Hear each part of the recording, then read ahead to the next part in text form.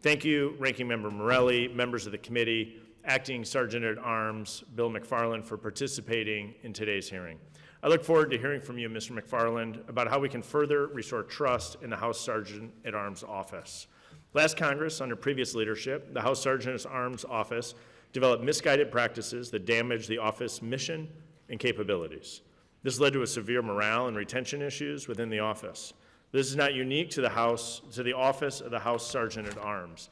Capitol security at large has had issues with political interference going back to 2020 and the start of the pandemic.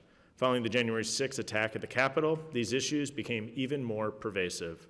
The House Sergeant at Arms is one of 3 voting members of the United States Capitol Police Board, which provides oversight of the United States Capitol Police. Following COVID and January 6th, deeply politicized directives ultimately bred mistrust and eroded confidence among many of the Capitol Hill community in both the House Sergeant at Arms office and the Capitol Police Board. Let me share some examples of these directives. The inconsistent criteria when to put up fencing around the Capitol, the enforcement of different health policies on the House side and the Senate side, the different practices when dealing with threats against members of Congress depending on party affiliation, the placement of metal detectors outside the House floor, and then selectively enforcing who goes through those and inconsistently issuing fines. This politicization of Capitol security is, in part, why Speaker McCarthy named you, Mr. McFarland, the acting House Sergeant at Arms at the start of the 118th Congress. With new leadership in the office and on the Capitol Police Board, you have an opportunity to restore trust in the House Sergeant at Arms office and return the Capitol Police Board to its original mission of oversight of Capitol Police rather than direct management. I look forward to hearing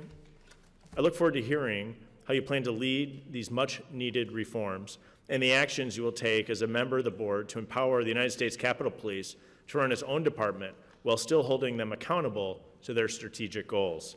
In the first quarter of this year, you've already worked hard to reinstate professionalism, bipartisanship, and regular order to the Office of Capitol Security more broadly. This includes implementing standard, nonpartisan operating procedures and establishing clear structure and internal operations that have led to improvements in morale and culture. I also look forward to hearing from you on what efforts are underway to plan for the long-term future of the institution's security. Today's hearing is another step we are taking to restore faith in the office and professionalize the House.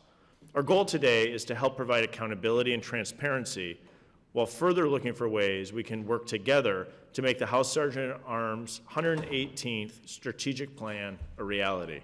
I also want to thank the men and women who serve in the Sergeant at Arms office for the work they do every day to keep this institution, members, staff, and visitors safe.